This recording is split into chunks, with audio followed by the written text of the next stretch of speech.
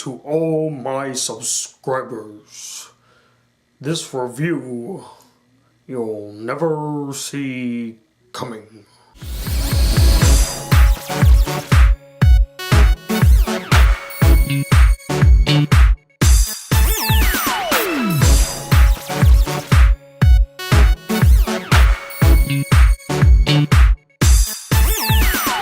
Hey guys, it's the Black Critic Guy, and I just got back from seeing Iron Man 3. And since we all know this is going to be a mega blockbuster, I'm going to need a little assistance in doing this review. And who better to turn to than a fellow YouTube reviewer and a good friend. He was actually one of the first YouTube reviewers that reached out to me and got to know me, and that is HadouSenGoku. What's up, man? What is up, guys? HadouSenGoku here with my Iron Man 3 review, and also I'm doing this is actually a collab review with my friend Black Critic Guy, so I want to thank him for letting me join in his review.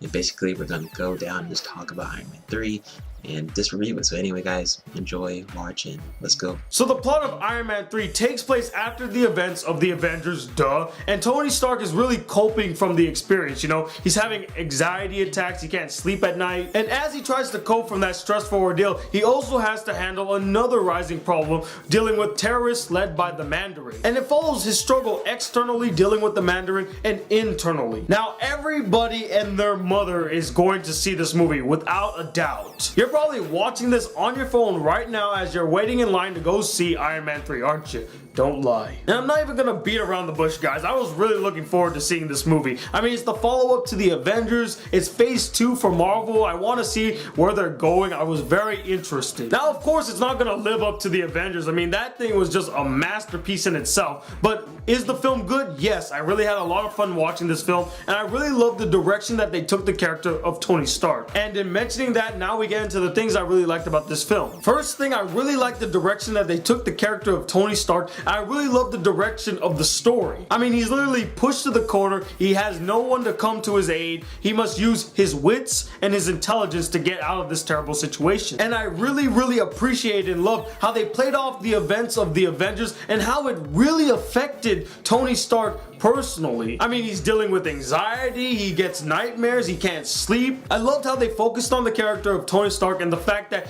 even without the suit, Tony Stark could still do fantastic things. The suit didn't make the man made the suit. I mean, even without the suit, this guy was kicking ass and taking names. I loved those scenes. And speaking of action, the action scenes were handled very well. They were very entertaining, very exhilarating, very intense. There's some cool throwdowns. The direction was handled solidly. Shane Black did a fantastic job. I loved the direction that he took with this film. The writing was pretty solid as well. So let's first start with the pros and positives of this film. Obviously, this is a superhero Marvel movie, so you're gonna have some action in there. You're gonna have some combat, and we did get that. We did get some decent action, some decent fight scenes, good ass effects and visuals. I mean, that was just the visuals and effects was just on point. You gotta admit that. Seeing Iron Man's new suit, I think the Mark 42 was really awesome. How it attaches to his body, that was cool. I mean, I was good for that. And especially the ending where we get all these suits that he's created. Awesome. I'm pretty sure some of these suits were actually from the comic books, but since I don't read the comic books, I'm not too sure what ones they exactly were. But all of them were awesome. The suits just killed. This kicked a lot of ass in this movie. I loved it. And of course, in my opinion, I think it had a really interesting plot and story. Definitely different from 1 and 2, so that it did have some originality and some different, spark to it, I would say. Another thing that I really appreciated about this film is the fact that they really make you consider your effect on other people, whether it be in a positive way or a negative way. The way that you act or treat a certain individual can change the outcome of their character, whether it be for the better or for the worse. Another great aspect of this film, attributed to the writing of course, is not only did they have some great dramatic scenes, but they also had some hard-hitting comedic moments. I mean, Tony Stark still throws out his one-liners. He had some witty banter with some of the characters. It was hilarious. There was some comedy here and there, but it was kind of hit or miss. Sometimes it was funny, sometimes it was funny, but at the wrong parts of the movie.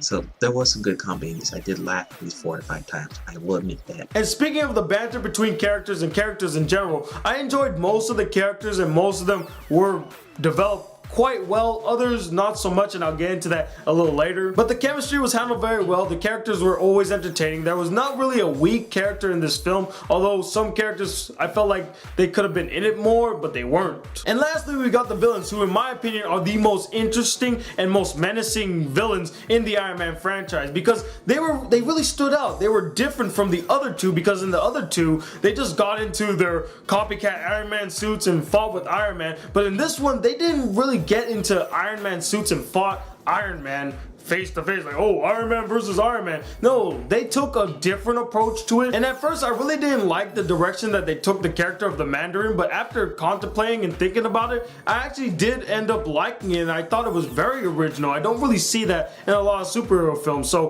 props to them for going that direction. And as always, every movie, everything that's made out of humans is not perfect, so with that, we're going to go to the negatives of the film, or the cons of the film. I think when it comes to comedy, like I said, it was a hit or miss. Sometimes it wasn't funny, sometimes it was. And I think this movie had a little bit too much of it. It had a little bit too much comedy and plus comedy attempts in this film. I feel like if it's a Marvel superhero movie, you're gonna have more action, comedy. I mean, you don't have to have comedy, but you gotta have the action. I feel like there was less action in this movie, and I'm like, this is a Marvel superhero movie, you know? We gotta have some action at least. Although it was a good story, I do feel like we needed more action, more fight scenes, and we just needed that. The biggest problem that I have with this film is the same problem that I have with the first and the second, and that's the continued lack of development for all the secondary characters, including Pepper Potts and Rhodey. They literally get 5 to 7 scenes in the film, and they don't really do that much, especially Rhodey. He got so demoted. I mean, really, we couldn't give the Iron Patriot a good action scene at all in this film? What? And I really would have loved to see more development of these secondary characters. Now, Pepper Potts has been getting a better development as the series progressed, but it's still not enough. There was not a lot of focus on the other characters, Peter Potts, or especially War Machine, Rhodey, people like this. Not a lot of focus, and I really was disappointed with seeing Rhodey and War Machine a lot. Like, I feel like after the second film, you know, he got his shine a little bit in there, but this one he was barely seen. Like, I mean, you would see him for like a couple seconds and that's it. Like, I feel like he could have got way more spotlight, especially with other characters as well. But I really did like War Machine. I liked the whole, you know, the way they were doing him. And this movie just didn't really satisfy me with him, what he did in the movies. Although I really liked the writing, there were some parts that were very cliche and felt a bit rushed. Especially nearing the end of the film, they just rushed through that. They left some parts that we should have saw happen, and they also fixed a problem that was prevalent in the other 3 films like that. Next is the ending was kind of like this jumbled up a little bit. This didn't feel right. It felt like it was very forced. Didn't really feel like, you know, we are completing this whole trilogy for you guys. Felt like we're just rushing all this in, and there it is. Like, and maybe this because this is a new director, I really don't know, but I felt like it was a very forced ending. The whole Mandarin thing, because remember, I don't read the comic books, but the way they did the advertising, the trailers, it made it feel like it was going to be a Iron Man versus Mandarin.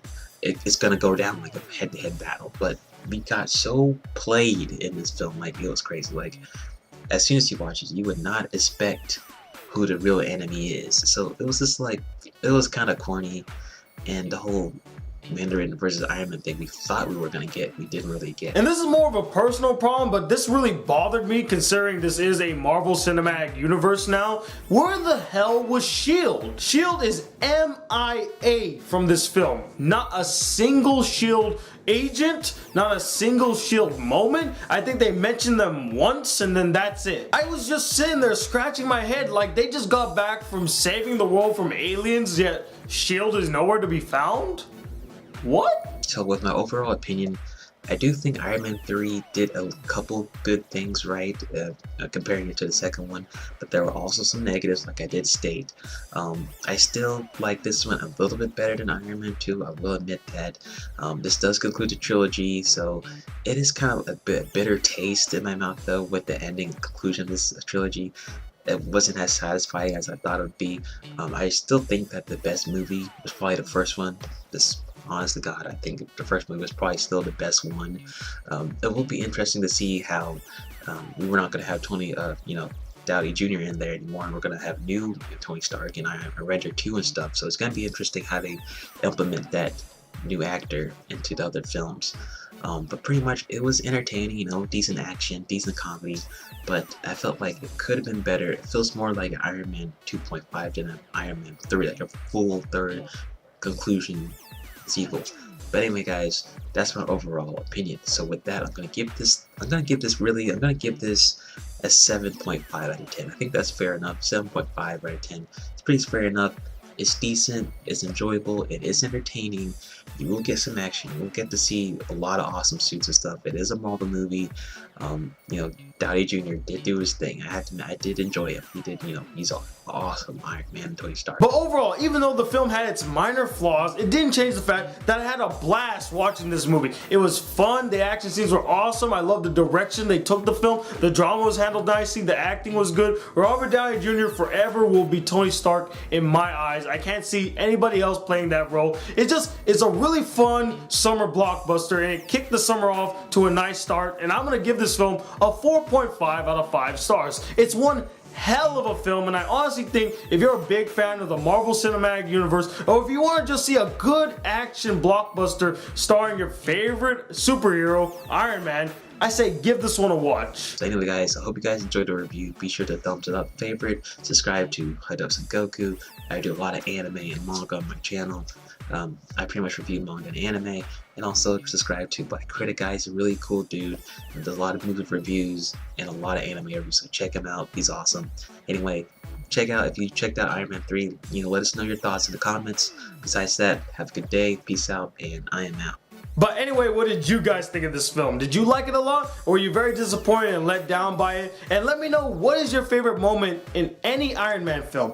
Comment below, let me know. And I want to thank my guest, HadouSenGoku, for joining me in this review. Thank you so much. Be sure to check out his channel. He does a lot of awesome videos. He's a cool guy. Please go check him out, maybe even subscribe. For all you anime fans, you have no excuse not to subscribe to him. And we'll be doing a lot of collaborative videos this summer. We're thinking of the name right now. It's Underground Entertainment Bunker Chat, given by one of my subscribers. I'll put his name right here because it's pretty late at night. I kind of forgot. I apologize for forgetting. Kind of tired. But we'll be doing a lot of collaborative videos. I want to just make that clear. And I also want to thank all of you for helping me break over 1,000 subscribers. Thank you so much. In this short amount of time, I was able to break 1,000 subscribers.